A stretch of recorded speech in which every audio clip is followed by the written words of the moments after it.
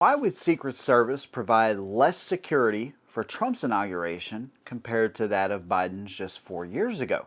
When we look at the circumstances between the two inaugurations, they are wildly different, but I want to compare those because I think you may find what I found out kind of interesting about both of these inaugurations and the way Secret Service is approaching them. The other thing I want to look at is Capitol Police and their statements that there's no credible threats, and yet there kind of were some credible threats at the Capitol already this past week. Now, of course, I'm going to give you my opinion. I want to hear yours afterwards. No matter if you agree or disagree, let me know what you think. Let's go ahead and jump right in. Now, let's start with Capitol Police. So they say there's no credible threats, and I assume what they're talking about is a massive coordination between or amongst certain groups to have one major attack towards the Capitol, okay, or towards Trump and the inauguration process. We are not currently tracking any specific or credible threats to the inaugural ceremony or to the Capitol complex. We will continue to work closely with our partners to share information and identify and disrupt any threats that may emerge. Now, that may be true, but then they talk about the lone actor. That's kind of the biggest threat that they're monitoring. The biggest threat, I think, for all of us remains the lone actor.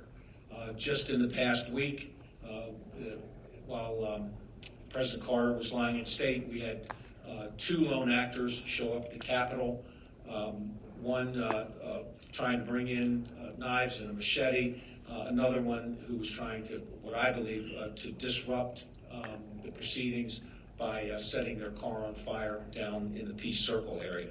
Because there was already two people that arrived at the Capitol to do what? We have no idea really, but to cause some kind of harm or some kind of distraction.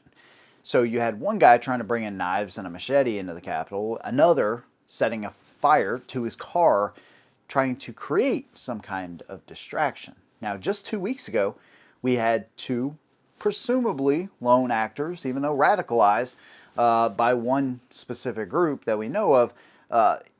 Those were lone actors that caused a massive amount of damage. So I do kind of agree that lone actors or lone bad guys could try something, or copycats could try something at the inauguration for sure. But it's interesting when I listen to Capitol Police and they say there's no credible threats, and then you read other articles that say the threat environment is super high for this inauguration specifically. And in my opinion, you just had Trump International in Las Vegas targeted. Within the past year, we kind of know what's happened. And the one I'm thinking of specifically was Asif Merchant, right? He had what he thought was coming up with a plan to take out Trump.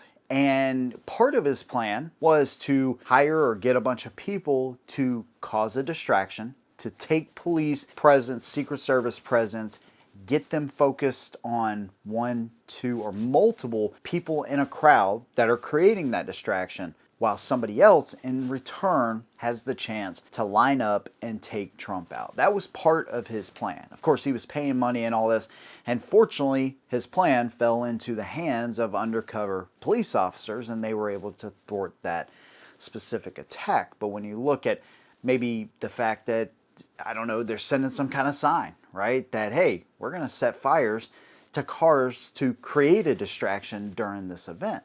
That might not be the specific route they take, but I just find it interesting that his hotel, Trump International, was targeted specifically with a car fire, right? A car bomb, really. And then another guy sets fire to a car on the Capitol grounds where the inauguration is going to happen. So while there may not be any credible threats that you know of, we definitely know, I think most people know, that there are credible threats that can happen from these lone actors. So that part I agree with. I just think they're maybe trying to downplay what actually happened at the Capitol. But hey, this stuff happens before inaugurations. Multiple things similar to this happened before Biden's inauguration.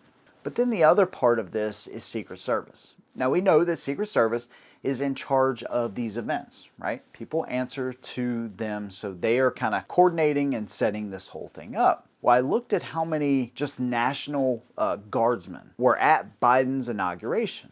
It was 25,000. At this one, it's 7,800. Now you may say, oh, well, January 6th, you know, that obviously was the reason for heightened security. And it was part of the reason for sure. No matter how you feel about that situation, that's a topic for another video on another day. But it was part of it. But then think about what was going on then. January 2021, this was during the height of COVID. I mean, essentially, it was still going on. And so chairs were 6 feet apart and they were allowing very few people to actually attend the inauguration. It was more military presence, police presence, and the press than any just normal Americans, right? It was a really dumbed down version to inaugurations before that.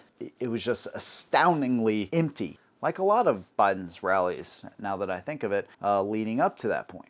So anyways, you know, the traditional kind of atmosphere just was not there. Okay, we've had some credible threats leading up to this, but let's just be honest, there's not going to be a whole lot of people here. Do we really need 25,000 guardsmen?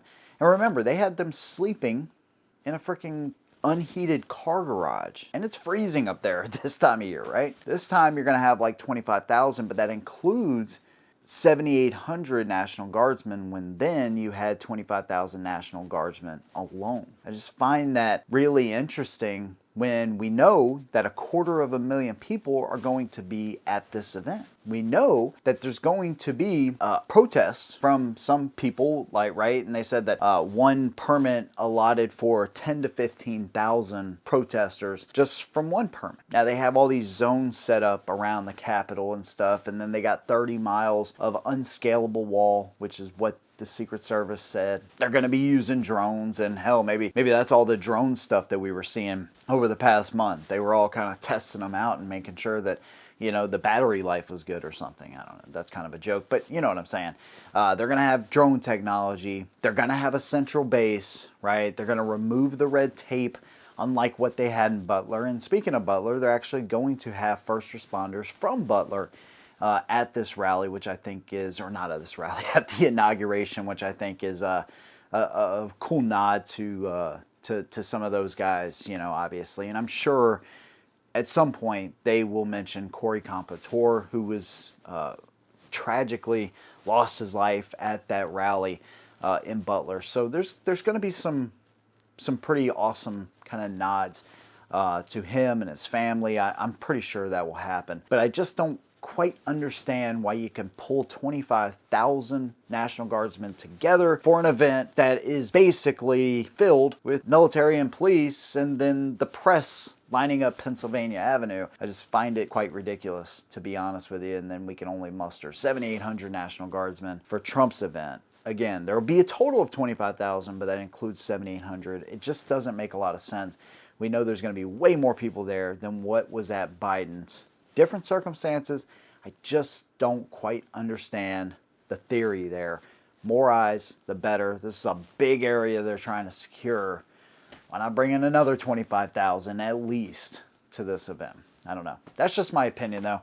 I'd love to hear yours afterwards. What do you think about this whole situation? Let me know down below. If you like what I do, consider subscribing. See you in the next one. And as always, hold them down.